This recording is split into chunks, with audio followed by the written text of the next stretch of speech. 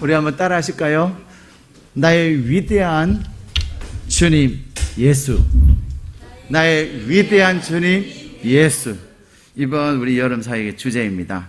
예수 나의 위대한 주님. 우리 다시 한번 하겠습니다. 예수 나의 위대한 주님.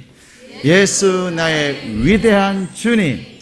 예수님께서 여러분의 위대한 주님이 되는 역사가 이번 여름에 있기를 축복합니다. 코로나19가 시작된 지 벌써 1년 6개월이 지났습니다.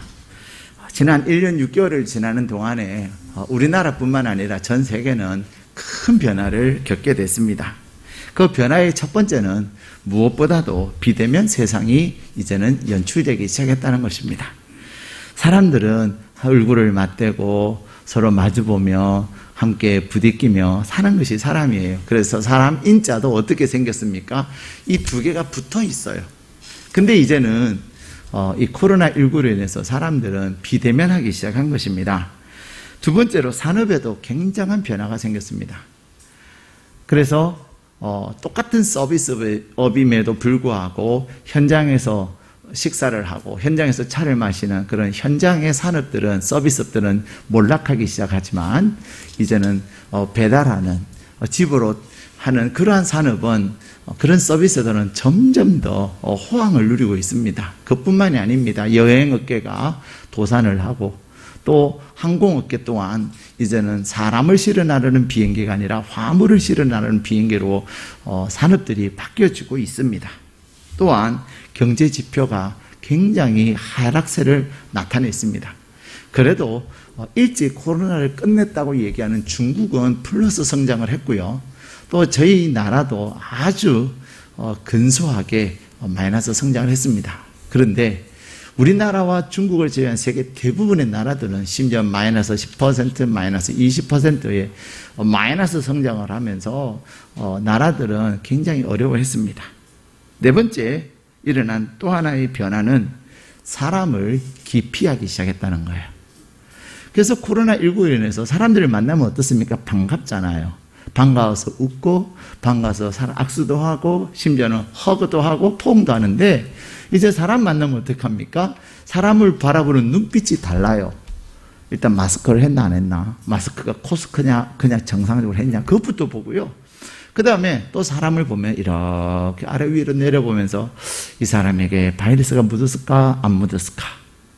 또 엘리베이터를 타면 어떻습니까? 혼자 탈 때는 편안하게 이렇게 문을 향해서 서 있다가 사람이 타면 이렇게 돌아요. 마주치지를 않는 거죠. 이렇듯 우리 사회가 사람을 기피하기 시작했다는 것입니다. 이러한 사회적 변화로 인하여서 정말로 새로운 시대를 우리가 맞고 있는데 이러한 변화 속에서 교회에도 많은 변화가 찾아왔습니다. 한국 교회 안에도 현장 예배를 점점 잃어버려 가고 있는 거예요. 사실 저는 이렇게 비대면 예배를 온라인 예배를 드려봤기 때문에 이것이 너무나도 심각하다는 것을 알고 어떻게 하든 현장 예배를 드릴 수 있는 방법들을 찾아내고 있습니다. 사실 오늘 여러분 여기 모인 것도 여러분은 이렇게 해도 되는 건가? 여러분 어제 신문 보셨나요? 우리나라 헌법에서 대법원에서 20명까지는 오직 완전한 비대면은 불법이라는 것을 대법원에서 판결을 내렸습니다. 그래서 신문에서 20명까지는 할 수 있도록 그렇게 허락이 됐어요. 제가 얘기하는 20명은 과거 비대면 예배의 20명은 딱 영상을 하는 사람, 대표 기도자, 찬양하는 사람, 봉헌하는 사람, 그런 딱 예배 순서자들만 해서 20명까지만 허락이 됐는데, 그러나 저는 그 20명 안에는 그래도 회중도 있어야 된다고 생각을 하고 어쨌든 20명을 고수를 했는데 이제는 그러한 어떤 순서자가 아니어도 예배드리는 사람을 20명까지는 이제는 법원에서 허락을 했습니다. 그것이 서울시에서 시작돼서 우리 경기도에도 계속해서 이제는 하고 있는 거죠. 그래서 여러분 편안한 마음으로 예배를 드리십시오. 여러분 불법을 하는 것이 아닙니다. 그리고 단지 이것은 우리 기독교만이 아니라 법원에서 판결을 내리기를 가톨릭이나 불교나 하여튼 모든 종교에 있어서 20명까지는 예배를 드릴 수 있다라고 판결을 내린 거예요. 근데 어쨌든 현장 예배를 드리는 사람들의 숫자가 점점 줄어듭니다. 그래서 현장 예배를 이제는 어떤 때는 20%에서 이제 비대면에서 20%, 그리고 또 30%까지 허락을 했음에도 불구하고 온라인 예배가 익숙해지고 편하니까 현장 예배를 안 오시는 분들이 많이 생겼어요. 예. 그것이 한국교회 현실입니다. 두 번째, 한국교회의 변화는 무엇입니까? 우리가 예배도 드리지만 우리가 말씀을 배우고 또 그래야 되는데 이 배움의 자리를 잃어버린 거예요. 또 목회자들도 또 계속해서 공부도 하고 또 세미나도 하고 이래야 되는데 그런 세미나조차도 현장의 세미나가 아니라 온라인으로 또 줌으로 이렇게 세미나를 하다 보니 저도 세미나를 신청했다가도 잘 참여가 잘 안 돼요. 무슨 일이 생기면 일단은 그 일부터 해결하게 되는 거죠. 근데 세미나를 2박 3일, 3박 4일 이렇게 어느 한 장소에 들어가서 하게 되면 그냥 들어간 날부터 마치는 날까지 온전히 그게 올인할 수 있는데 비대면 시대 속에서 그것이 잘 안 되더라는 거죠. 그래도 우리 교회는 양육도 다 했습니다. 그런데 다른 교회 대부분의 교회들은 양육 또한 줌으로 하고 또 양육을 안 하는 교회들도 많이 있었습니다. 양육의 부재가 온 거예요. 세 번째, 한국교회 변화는 전도가 안 된다는 거예요. 전도하기가 어려워요. 밖에서 과거에는 전도용품도 나눠주고 또 전도 이렇게 부침개도 하고 이랬는데 그런 것들이 전혀 되지 않습니다. 전도의 어려움이 한국교회 사회에서 찾아왔고요. 네 번째, 선교가 위축되었습니다. 코로나19로 인해서 교회들이 어렵다 보니 선교사님에게 후원하는 것을 끊기 시작한 거예요. 그래서 선교 후원을 받지 못해서 들어온 선교사님도 많고요. 또한 선교사님들이 한국에 들어왔다가 지금 코로나가 너무 심각해가지고 현지에 들어가지 못하는 선교사님들도 참 많습니다. 얼마 전에 오셨던 윤용호 선교사님도 이제 안식년을 끝내고 귀국하셔야 되는데 귀국 못할 일이 생긴 거예요. 그 이유가 뭔 줄 아십니까? 인도네시아는 지금 동남아시아가 굉장히 심각합니다. 인도네시아는 하루에 확진자의 수가 5만 명을 넘어가고 있고요. 하루에 사망자의 숫자가 몇천 명씩을 넘어가고 있어요. 우리는 그냥 천 몇백 명 가지고도 확진된 그것으로 인해서도 막 놀라는데 인도네시아는 사망자가 4천 명, 5천 명을 지금 기록하고 있어요. 근데 그렇게 심각한 상황 속에서 인도네시아 정부가 무엇을 결정했냐면 이제 외국인들이 인도네시아에 들어올 때는 들어오는 모든 사람들이 백신을 다 맞아야 된다는 거예요. 근데 윤용호 선교사님의 가정에 자녀가 셋인데 하나는 대학생이고 이제 중대를 이번에 들어갔기 때문에 중앙대학을 들어가서 한국에 있는데 두 자녀는 들어가야 돼요. 하나이는 중학생이고 하나는 고등학생인데 이 두 학생의 백신이 있습니까? 없습니까? 없어요. 지금 미국이 12세부터 18세까지 백신을 이제 놓기 시작한 거예요. 근데 그것은 미국에서 하는 일이지 지금 전 세계적으로 할 수 있는 여건이 되지 않는 것입니다. 그렇기 때문에 윤용호 선교사님은 인도네시아의 법이 바뀌든지 코로나 상황이 좋아져가지고 이제는 자녀들은 안 맞아도 된다든지 안 그러면 그 백신을 이제는 맞게 되든지 그러지 않고서는 선교지에 지금 못 들어가는 거예요. 못 들어가니 1년이 될 수도 있고 2년이 될 수 있는 그런 심각한 상황을 맞는 거예요. 그리고 선교사님들 가운데는요, 확진되신 분들도 여러분이에요. 이번에 미얀마 선교사님하고도 통화를 했는데 미얀마에서 확진되신 분이 계셔가지고요, 에어 앰뷸런스를 타고 한국에 들어온 거예요. 미얀마에서는 치료할 수 있는 방법이 없다는 거예요. 또 인도네시아 선교사님과 통화를 했는데 거기서도 에어 앰뷸런스가 가동이 되어서 거기서는 한국 사람 한인들과 선교사님 가정이 11분이 비행기를 타고 앰뷸런스 비행기를 타고 한국에 들어왔는데 그 비용이 얼마인 줄 아세요? 에어 앰뷸런스 한 대가 뜨면 1억 2천만 원이래요. 아무도 안 놀라시는 거래요. 1억 2천은 그 점은 우리 괜찮아. 한 10억 돼야 이제 좀 놀라시죠? 미얀마는 비행기 한 대를 띄우기 어렵기 때문에 헬기를 가지고 수송을 한다고 합니다. 그래도 몇 천만 원이 들어간대요.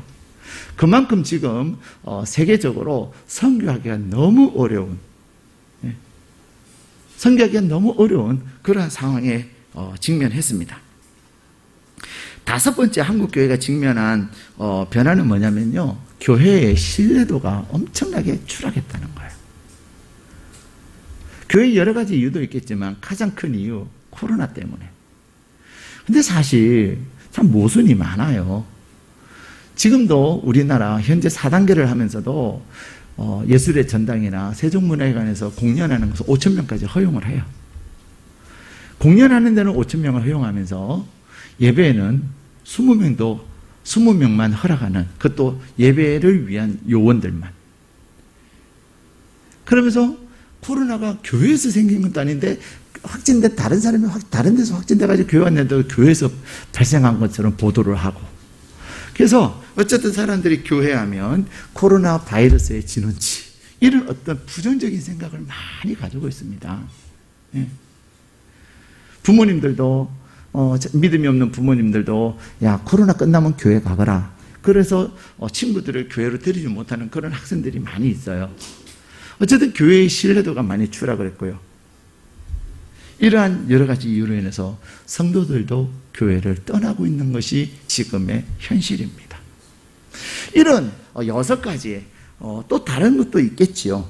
그러나 대충 이런 6가지의 한국교회 변화 속에서 미래를 위한 더 어려움이 있습니다. 그것이 무엇입니까? 다음 세대들을 양육하기가 어렵다는 거예요. 다음 세대들. 그래서 교회에 대한 부정적인 인식과 또 청소년들이 교회를 떠나기 시작한 거예요. 부모님들이 학원은 보내시면서, 심지어는 태권도나 그런 데는 학기도는 보내시면서 교회는 못 가게 하세요. 여러분들이 우리가 교회에서 하는 것을 보시면 얼마나 사회적 거리를 뚝뚝 떼가지고 이렇게 신앙을 가르치는데도 불구하고 그런 어떤 부정적인 인식이 있는 거죠. 더군다나 그래서 어린아이들도 급격히 줄어들고 있습니다. 정말로 우리 유치아동부의 주명수 목사님이나 또 우리 최종혁 부자님, 또 중고등부의 우리 김우태 전도사님, 또 서영민 권사님, 그 다음 세대들에서 얼마나 이 코로나 때, 그리고 또 우리 청년들을 위해서 우리 김우태 전도사님, 또 이효정 집사님 얼마나 고군분투하시는지 몰라요. 생명을 걸고 사명감을 가지고 지금 이 아이들을 지켜내고 있는 거예요. 지금 교회 학교들이 사라진 교회들이 우리나라에 엄청나게 많습니다. 교회 학교가 없는 교회가요, 대한민국 교회 50% 이상이 되는 그런 현실 속에서 우리는 살아가고 있습니다. 성인들을 위한, 성인들에게도 교회가 위기이지만 다음 세대들에게는 더 큰 위기가 찾아온 것입니다. 그런데 하나님은 이 여름에 저희들에게 새로운 사명을 주셨어요. 그것이 무엇입니까? 우리가 주님 안에서 회복되어지기를 원하는 것입니다.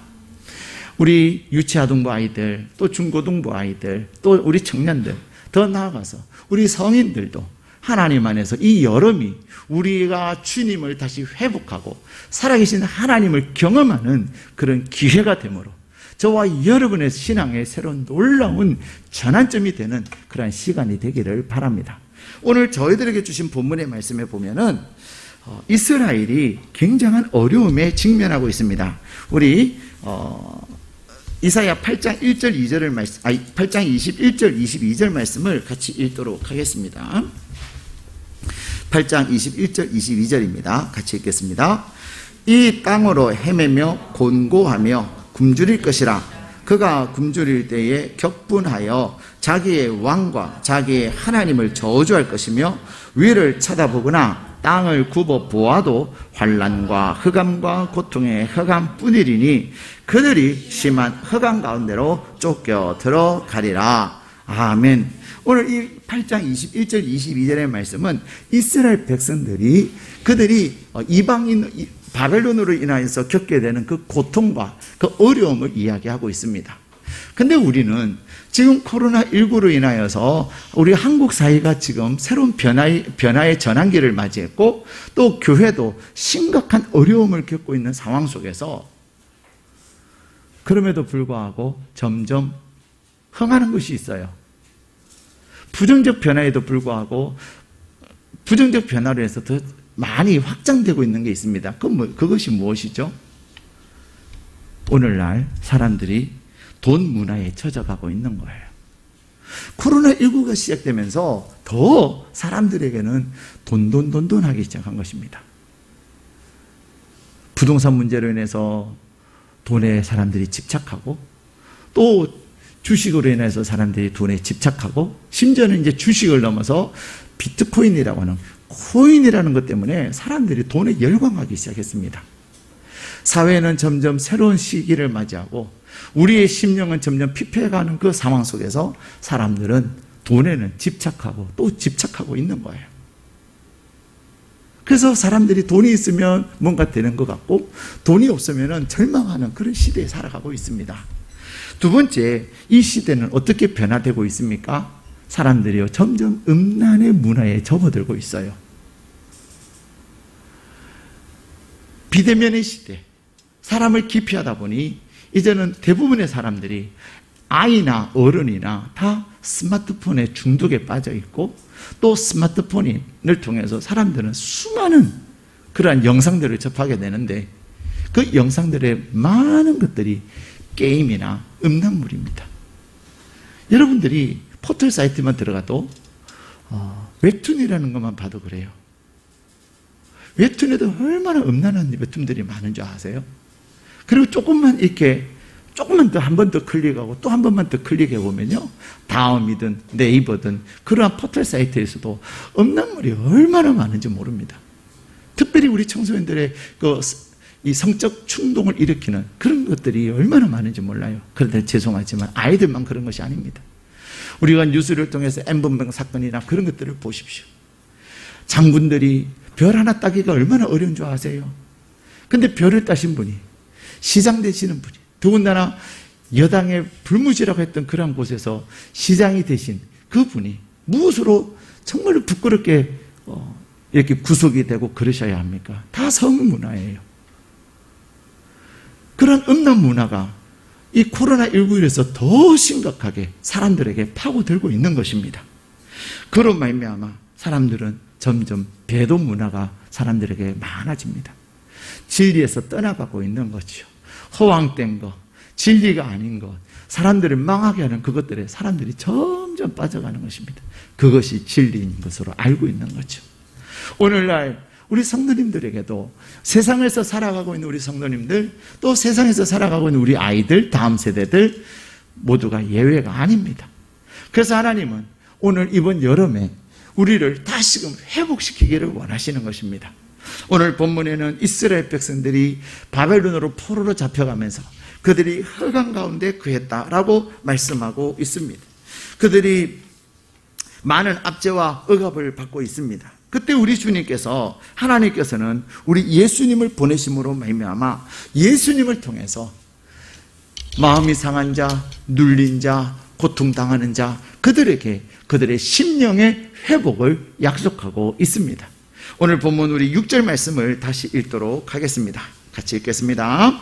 이는 한 아기가 우리에게 낳고 한 아들을 우리에게 주신 바 되었는데, 그의 어깨에는 정사를 메었고 그의 이름은 기묘자라, 모사라, 전능하신 하나님이라, 영존하시는 아버지라, 평강의 왕이라 할 것임이라. 아멘.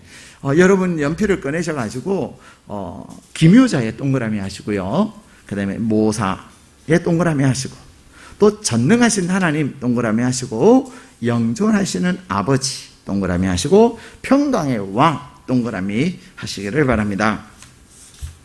흑암 가운데 있는 그 이스라엘 백성들에게 하나님은 2절에 그렇게 말씀하십니다. 흑암에 행하던 백성이 큰 빛을 보고 사망의 그늘진 땅에 거주하던 자에게 빛이 비치도다 말씀하고 있습니다. 이 흑암은 이스라엘 백성들이 당하고 있는 그 압제의 고통을 이야기하고 있습니다. 그들이 바벨론에게 포로가 되어서 모든 것들이 빼앗겨지고 또 자유가 박탈되어지는 그 어두움과 캄캄함을 하나님은 말씀하시는데, 그 어두움과 캄캄함 가운데 있는 이스라엘 백성들에게 하나님께서는 큰 빛을 비추셨다는 거예요. 큰 빛을 보내셨다는 거예요. 그 빛이 누구십니까? 바로 예수님이십니다. 오늘 그 예수님을 이렇게 소개하고 있습니다. 그 예수님은 기묘자다, 모사다, 전능하신 하나님이다, 그리고 영존하시는 아버지다, 평강의 왕이다, 이렇게 설명하고 있습니다. 사랑하는 여러분, 우리가 코로나19로 인하여서 1년 6개월의 긴 시간 동안에 우리의 심령이 많이 지치고 피폐해지고 있지만, 우리가 주님이 누구이신가를, 나에게 계시는 그 예수님이 누구이신가를 우리가 새롭게 깨닫고 주님의 그 은혜를 알게 될 때 여러분의 심령에 하나님이 주신 새로운 은혜가 넘치게 될 줄로 믿습니다. 그래서 오늘 7절에는 하나님의 열심히 이 예수님의 놀라운 사역을 우리 가운데 행하실 것을 약속하고 있습니다. 오늘 하나님은 예수님을 기묘자다 말씀하고 있습니다. 이 기묘자라고 하는 말의 뜻이 무엇입니까? 이 기묘자라고 하는 말은 영어로 원더풀이라는 뜻이에요. 히브리어로는 펠레라는 뜻인데 놀랍다, 대단하다, 이런 뜻입니다. 우리 예수님은 기묘자가 되셔서 모든 자연의 법칙을 초월한 이적을 행하시는 분이십니다. 그래서 우리 예수님께서 동정녀 마리아를 통해서 태어나신 그것이 얼마나 원더풀한 일입니까? 미국 사람들은 원더풀 이렇게 해요. 근데 우리는 원더풀이 별로 익숙하지 않아요. 우리는 뭐라 해요? 스프라이즈. 그러다가 헐 이러죠. 우리 예수님께서는 우리의 삶에 원더풀하십니다. 우리의 삶에 날마다 스프라이즈한 일들을 행하시는 주님이십니다. 그러기에 그 주님을 경험하는 자에게는 오늘 이 시대를 살아가는 저와 여러분들에게도 코로나19로 완전히 피폐해져 있고 무너진 우리의 삶 가운데서도 우리 주님을 만나게 될 때 기묘자이신 예수님께서는 우리의 삶에 놀라운 변화를 일으키시는 겁니다. 성경에 보면 날마다 돈만 알고 자기의 명예만 추구했던 삭개오라는 사람을 여러분 기억하십니까? 그는 키가 너무 작아서 열등감도 많았고 그의 열등감을 오직 돈으로 커버했고, 삭개오는 그의 열등감을 세리장이라고 하는 그의 명예로 커버했습니다. 그런데 주님을 만나고는 그가 그렇게 돈 하던 그 돈을 전부 다 주님께 내려놓습니다. 내가 빼앗았던 것 몇 배로 사람들에게 갚겠습니다. 그는 이제 돈을 위해서 사는 사람이 아니라 주님을 위해서 사는 사람으로 변화된 겁니다. 구두수승공이었던 D.L. 무디가 주님을 만나면서 그는 엄청난 역사를 이루는 부흥사가 되었습니다. 그래서 D.L. 무디를 통해서 회심하고 D.L. 무디를 통해서 새로운 인생을 산 사람들이 얼마나 많은지 모릅니다. 뿐만 아니라 마니교라고 하는 이단에 빠져 어두운 세월을 보냈던 어거스틴이라는 사람 또한 그렇습니다. 어거스틴은 주님을 만나서 그는 놀라운 변화를 일으키고 기독교 철학을 확립하는데 위대한 교부로 쓰임을 받았습니다. 저도, 여러분 앞에 서 있는 저도 제가 주님을 만나면서 제 인생에는 놀라운 변화가 생겼습니다. 제가 몇 번 여러분에게도 말씀드리지만 전 정말 열등감 많은 사람이에요. 여러분 앞에서 설교를 한다고 하는 것은 제가 주님을 만나기 전에 상상할 수 없는 일이었습니다. 근데 주님을 만나고 나니까요, 주님이 지혜를 주시고 주님이 기쁨과 감격을 주셔서 그 기쁨과 감격을 가지고 여러분에게 얘기할 수 있게 하신 거예요. 그 주님을 여러분이 이번 여름에 새롭게 경험함으로 여러분의 삶에 놀라운 일들이 있기를 주님의 이름으로 축복합니다. 두 번째, 우리 주님의 이름이 무엇입니까? 모사입니다. 이 모사라고 하는 말 별로 우리는 좋게 안 들려요. 사람들이 모사하면 모사꾼이라는 단어를 붙여요. 그래서 모사꾼 해가지고 막 꾀만 부리고 막 이렇게 술술을 부리는 그런 사람으로 사람들이 생각하는데, 이 모사라는 말은 아치토라고 하는 말인데 히브리어로 영어로는 카운셀러 이런 말이에요. 지혜를 가지고 인생의 문제를 풀어주시는 분이라는 뜻입니다. 물질 문명이 부흥하고 또 우리의 삶을 굉장히 편리하게 하는 이 현대의 삶 가운데서 우리는 상담자라는 단어가 많이 익숙해져 있어요. 그래서 한국 사람들은 이 상담하는 것이 익숙하지 않거든요. 과거의 교회들이 이제는 우리 교회는 신방을 하지 않고 상담 사역을 하겠습니다 했더니 사람들이 교회에 찾아오지를 않는 거예요. 오늘날은 이제 상담하러 교회를 오는 사람들이 많이 생겼어요. 그러나 20년 전만 해도요, 우리나라는 상담 문화가 아니었습니다. 그런데 사람들이 상담을 하면 불안과 공허와 고독과 허무와 같은 그런 진한 영혼의 병에 걸린 자들이 이 상담을 하는데도 해결이 되지 않는 거예요. 왜 그렇습니까? 세상의 상담은 그들의 아픔은 덜어는 주나 그들의 아픔의 원인을 해결해 주지를 못하는 거예요. 그런데 우리 주님은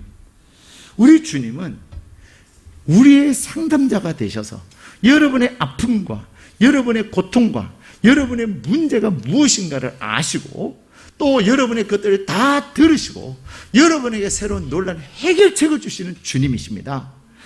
히브리서 2장 17절에 18절에 보면 자기가 시험을 받아 고난을 당하셨은즉 시험 받는 자들을 능히 도우신다고 말씀하셨습니다. 우리는 상처받은 치유자라고 하는 책이 있습니다. 이 치유자가 누가 위대한 치유자가 될 수 있냐면 직접 경험해 본 사람이에요.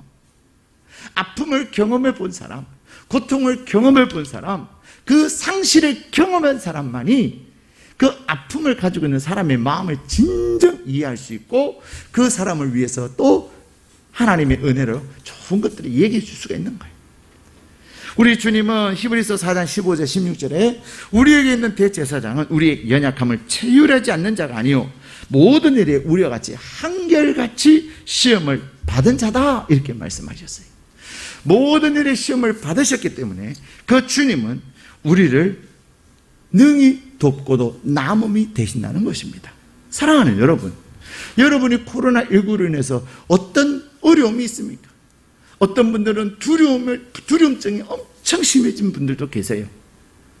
그래서 그냥 밖에만 나갔다 오면 심지어는 마트를 가도 카트 이것도 그냥 안 뿌리면 그 다음에 비닐장갑 안 끼면 못하는, 그리고 또 갔다 오면 혹시나 바이러스가 묻지 않을까 늘 그러한 두려움에 사로잡힌 사람들이 진짜 많습니다. 또 가짜 임신처럼 가짜 확진자들도 많아요. 뭐 조금 기침하고 그러면 확진? 빨리 가서 자가진단 받아봐. 제가 볼 때는요, 자가진단 돈 좀 받아야 돼요. 10,000원이라도 받아야 돼요. 무료니까 그저 가는 거예요. 또 정부는 어쨌든 돈 받으면 또 안 올까봐 또 숨겨서 더 확산될까봐 그냥 무료로 하지만 정말 무료로 진단받는 분들 진짜 많아요. 자가진단 키트는 돈 주고 사잖아요. 예. 근데 저기 가면은 다 무료로 다 해주잖아요. 정말로 가짜 확진자들도 많아요. 그뿐만이 아닙니다. 우리는 여러 가지 실패를 경험합니다. 근데 우리 주님이 내 마음의 상처도 아시고 내 마음의 아픔도 아시고 내 마음의 고통도 아셔서 우리 주님이 우리의 모든 것의 상담자가 되시는 겁니다. 그러기에 사랑하는 여러분, 여러분이 지금 어떤 것으로 마음이 지쳐 있고 여러분이 어떤 것으로 마음이 약해져 있고 여러분이 어떤 것을 두려워하고 불안해하고 그런지 모르지만은 주님이 계십니다. 여러분의 모사가 되시는 주님이 계십니다. 그 주님을 찾아서 그 주님께 여러분의 것을 낱낱이 쏟아내 보십시오. 주님께 편지로 한번 써보세요. 말하기가 그러신 분은 그냥 혼자서 앉아서 쭉 쓰세요. 내 마음이 이렇습니다. 있는 그대로 욕도 쓰세요. 네? 욕도 쓰세요. 욕이 나오면 무슨 이해가 되세요? 여러분이 이구십팔 한다고 주님이 어떻게 나한테 이구십팔이라고 그러냐고 절대로 그러지 않는 거예요. 야, 너가 어떻게 구구단을 그렇게 잘 외우냐? 그러면서 그래도 구구단을 외우는 것 보니 아직 정신은 살아있구나. 주님이 위로해 주신다니까요. 네. 위로해 주세요. 사랑하는 여러분, 우리 주님은 이 여름에 여러분이 주님 안에서 회복되기를 원하십니다. 세 번째, 우리 주님의 이름이 무엇입니까? 전능하신 하나님이십니다. 우리 주님은 전능하신 하나님이세요. 무능하신 하나님이 아니에요. 우리 주님의 능력은 한이 없으신, 그래서 우리 주님에게는 못하는 것이 하나도 없는 거는 하나님이세요. 여러분, 우리는 내 스스로 능력이 없다고 두려워할 때가 얼마나 많아요. 해보면 되는데 해보려고 하지 않는 거예요. 왜 안 하냐고 물어보면 나는 못한다고 얘기해요. 제가 제일 답답한 분이 그런 분들이에요. 제가 볼 때는 충분히 하고도 남음이 되거든요. 잘하실 것 같아요. 근데 나는 못해요. 그래서 나는 못하고 나는 이만큼만 해요. 근데 여러분, 그런 분들이 계신다면 이 여름에 주님을 만나십시오. 여러분이 하나님, 나는 이 50보밖에 못 나갑니다. 나는 70보, 80보를 갈 수 있는데 내가 못해요. 두려워서 못하겠어요. 나는 능력이 없어서 못해요. 우리 주님은 이 여름에 여러분을 만나셔서 여러분에게 전능하신 하나님을 경험하게 하시는 겁니다. 우리 주님은 한 번도 이스라엘을 떠나지 않으셨지만 온 세계가 예수님의 영향력 아래 있을 만큼 전능하신 분입니다. 우리 주님은 한 권의 책도 펴내지 않으셨는데, 저술하지 않으셨음에도 불구하고 우리 주님에 대한 직접적인 책과 우리 주님에 대한 간접적인 책으로 전 세계의 유수한 대학과 도서관에 예수님에 대한 책들이 얼마나 많은지 몰라요. 우리 주님은 한 편의 시를 쓴 적도 없지만 가장 아름다운 시들이 예수님을 위하여 쓰여지고, 우리 예수님은 한 곡도 작곡하지 않으셨지만 예수님을 찬양하는 그 곡들이 얼마나 수없이 많이 작곡됐는지 몰라요. 우리 예수님은 선거운동 한 번도 안 하셨는데 전 세계에 예수님의 추종자들이 얼마나 많은지 모릅니다. 우리 주님은 예배당을 하나도 지은 적도 없으시지만 전 세계에 얼마나 많은 예배당들이 예수님에서 지어졌습니까?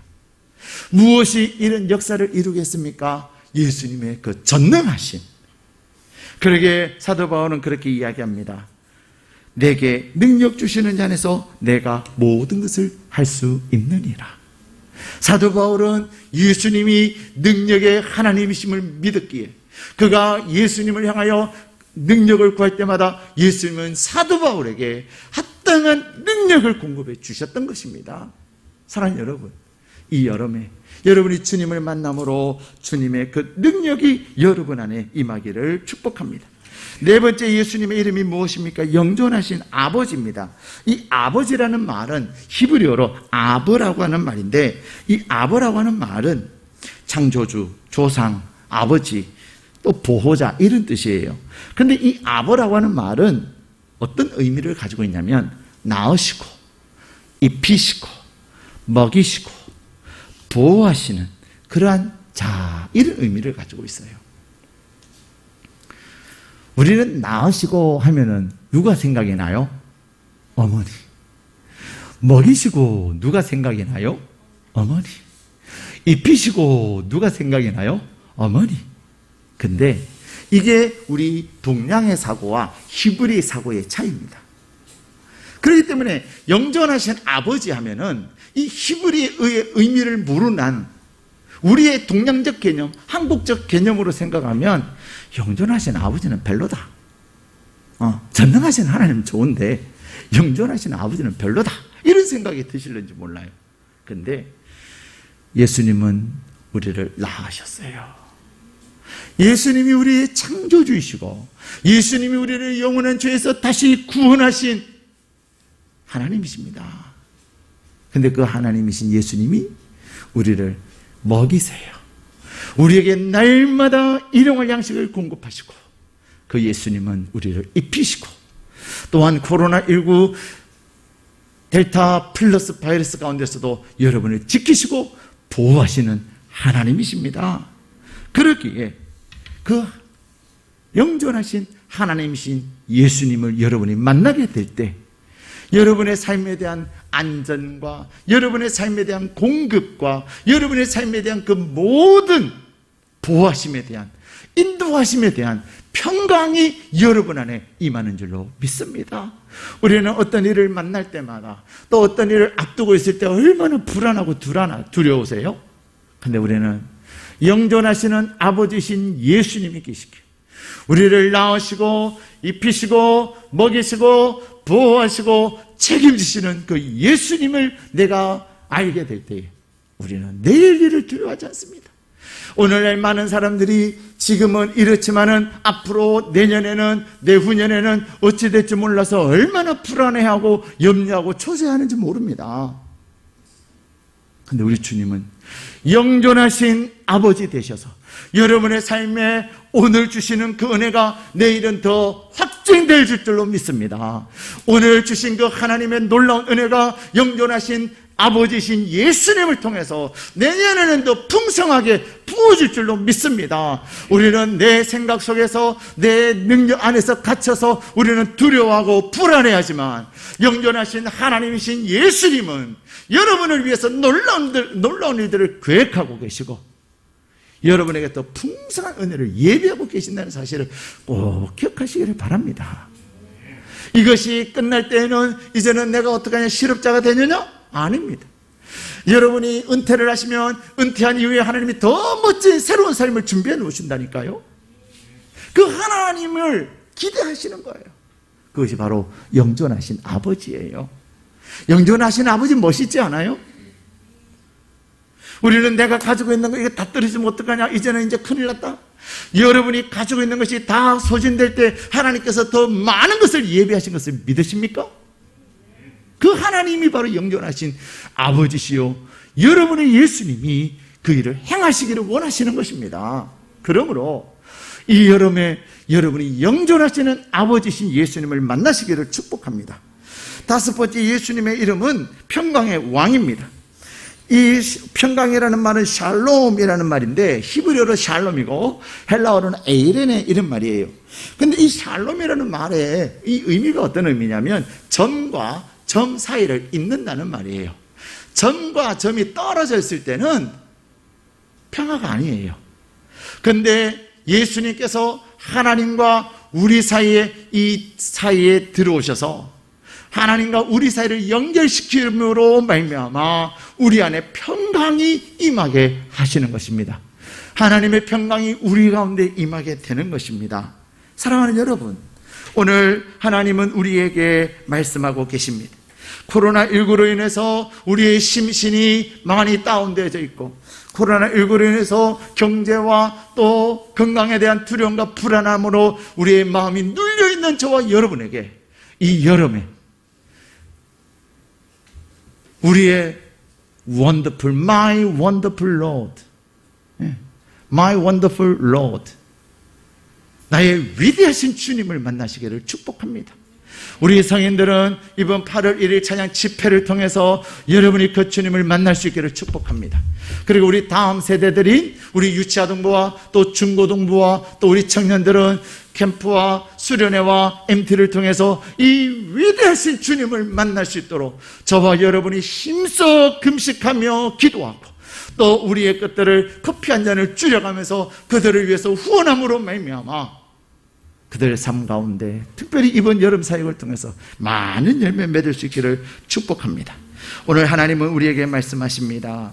우리가 이 기묘자이신 원더풀이신 주님을 만나고 우리의 카운셀러이신 예수님을 만나고 전능하신 하나님이신 예수님을 만나며 영존하신 아버지신 예수님을 만나며 평강의 왕이신 예수님을 만나기 위해서 우리는 예수님 안에 거해야 합니다. 여러분, 예수님을 이 여름에 꼭 찾으시고 이미 여러분 안에 거하시지만 내가 예수님을 향하여 관심을 갖지 아니하고 예수님에게 구하지 않으므로 우리는 그 주님을 만나지 못하시는 것입니다. 그러기에 이 여름에 우리 다음 세대들을 위한 사역에 우리가 함께 기도하는 가운데 또 내 자신의 영혼을 위하여 함께 찬양하며 기도하는 가운데 우리가 원더풀 주님을 만나고 카운셀러 주님을 만나며 전능하신 하나님이신 예수님의 능력이 여러분에게 부어줄 수 있기를 축복합니다.